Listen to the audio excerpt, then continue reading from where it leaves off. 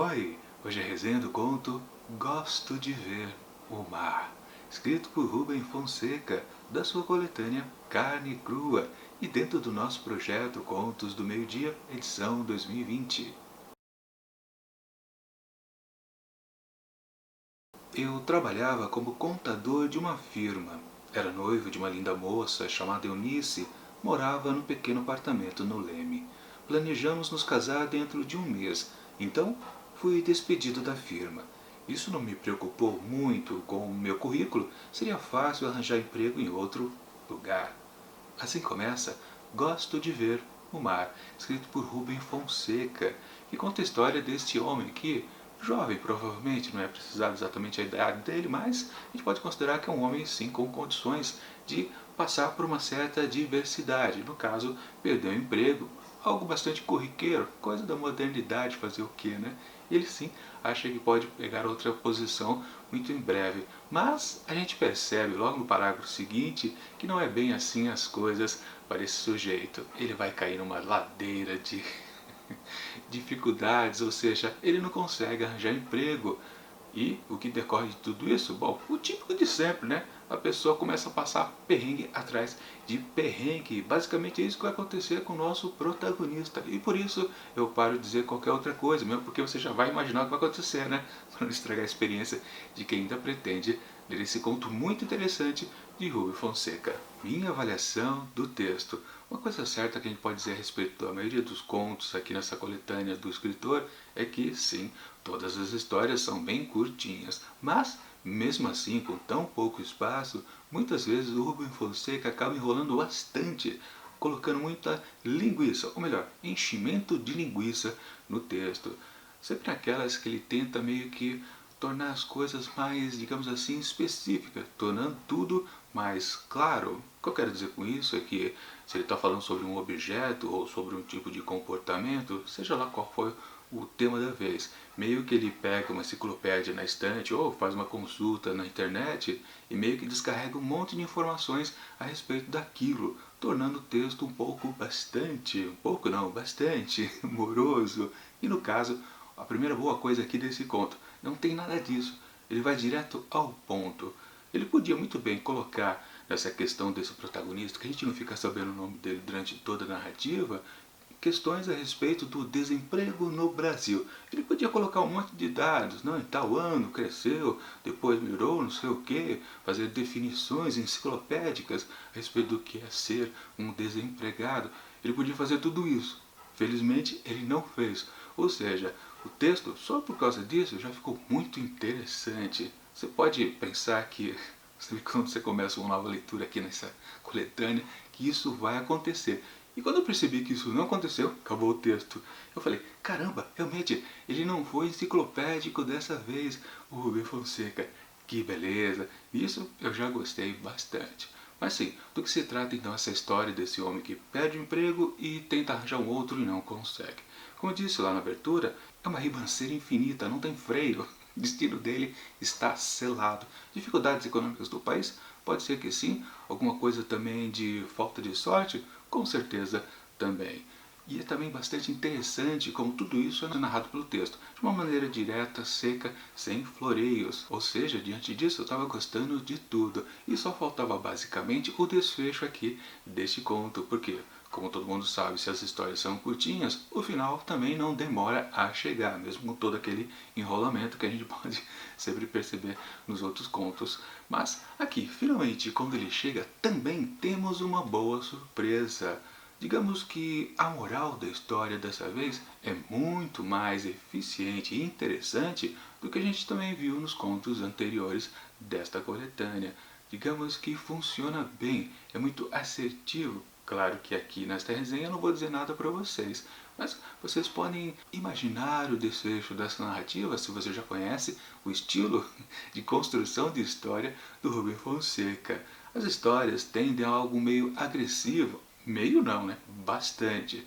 Você pode levar isso em consideração, sabendo que aqui é uma derrocada total e restrita desse protagonista. Então você pode juntar uma coisa com a outra e você pode assim já meio que imaginar muitas possibilidades no desfecho desse conto. Mas aquela, justamente o que acontece é bacana, mesmo que não tenha nada de novo. Não há nenhuma invenção sensacional aqui do escritor, mas funciona. O arremate que ele dá para esse texto é bacana, é perfeito, para falar a verdade. Aliás, falando em perfeição, né, a gente pode considerar que essa história aqui, mesmo tendo uma estrutura muito simples, dá para ser considerada como uma das melhores, se não a melhor aqui deste livro. E, portanto, ele pode ser considerado até uma obra-prima perto dos demais aqui expostos, porque realmente, como eu disse, não há gordura no texto, ele é muito assertivo, o final é atraente, mesmo que não tão inovador. Então tudo acaba funcionando, principalmente quando a gente compara com os outros textos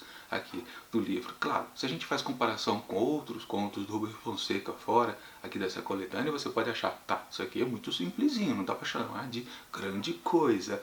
Mas, comparando com a, digamos assim, simplicidade dos demais companheiros aqui, ele pode considerar que tudo aqui soa superior, mas simplesmente porque ele fez o arroz e feijão corretamente, não exagerou nos temperos e fez uma boa apresentação. Na verdade, né, não é preciso muita coisa para você ser muito assertivo, basta você fazer o mínimo do mínimo. Que na verdade isso é um grande trunfo desse tipo de coletânea aqui, onde o escritor se propõe a fazer textos curtos, rápidos e dinâmicos. Mas, na verdade, quando a gente começa a leitura aqui desse livro, a gente percebe que o Rubem Fonseca não chegou a esse ponto.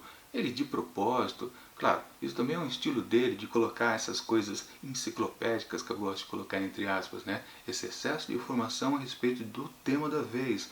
É um estilo dele. A gente já percebe isso em outros contos fora dessa coletânea. Ou seja, na verdade, talvez ele não tivesse feito isso nas histórias super curtas, onde se procura justamente maior dinamismo. Claro, isso é de propósito. Ele quis continuar com esse excesso de informação, mesmo em histórias curtas. Porque ele optou por isso? Bom, não sei. Não sei se ele comentou em algum lugar porque ele optou por fazer isso. Mas o que importa é que sim, aqui nesse conto ele optou por fazer o certo, que a maioria dos autores fariam. Então, nesse caso, realmente, ele acertou bastante. E a última coisa que eu posso dizer a respeito desse conto, que na verdade eu não disse muita coisa justamente porque se eu digo história tão curta, qualquer pequena informação você já mata o texto, né? Esse mistério que eu preciso manter aqui nessa resenha é necessário. Enfim, o que falta dizer a respeito sobre a história da vez, né? Gosto de ver o mar. Isso é muito importante, a gente só entende isso no final do texto. Claro, há uma conexão nesse primeiro parágrafo que eu li para vocês, a referência é explícita, a gente só entende lá no final da narrativa. Mas claro, a gente precisa pensar aqui como os desejos básicos das pessoas. Não é muito difícil ser feliz, e quando a gente perde o emprego, né, não tem grana para sustentar o dia a dia, literalmente as coisas mais simples é o que a gente vai perdendo pouco a pouco, né, para economizar o dinheiro. Mas na verdade, as coisas mais simples ainda, que é realmente necessário para as pessoas serem felizes, essas a gente vai perdendo um pouquinho depois até. Esse fato aí, né, gosto de ver o mar. Quando você acha que o protagonista aqui dessa história perdeu esse gostinho de curtir a vida, simplesmente de estar olhando ali o mar carioca? Quando será que foi? Bom, isso é muito importante. E quando ele começa a recuperar toda essa felicidade? Peraí, estou dizendo algum spoiler da história, que há um final feliz possível por aqui? Não, não estou dizendo isso. É uma coisa de fazer conjectura também. Aliás, é uma coisa que você pode pensar, né? Antes de começar a leitura aqui desse texto, sabendo que o protagonista vai passar por uma bela de uma derrocada, qual é o final possível e qual a reversão deste momento infeliz da sua vida, em termos, claro, de histórias de Rubem Fonseca. Se você já leu algumas delas, você pode realmente fazer uma aposta a respeito dessas duas vertentes por aqui e tentar imaginar o final antes de ler aqui Gosto de Ver o Mar. Enfim, para esse conto aqui do escritor, Gosto de Ver o Mar, escrito por Rubem Fonseca, eu atribuo 4,5 asteriscos. Realmente é o melhor texto por aqui, em carne crua. Bom, e amanhã vamos para um escritor que é bom em textos curtos, em textos médios ou em textos longos. Me refiro ao Machado de Assis nessa coletânea intitulada Mulheres de Machado, que foca bastante as personagens femininas desse autor. Com certeza, uma boa seleção de textos aqui, mas também com algumas ressalvas. Bom, enfim, enquanto o próximo vídeo não chega, eu deixo aqui do lado dicas de outras resenhas que já aconteceram aqui dentro do projeto Contos do Meio Dia, edição 2020. E tchau!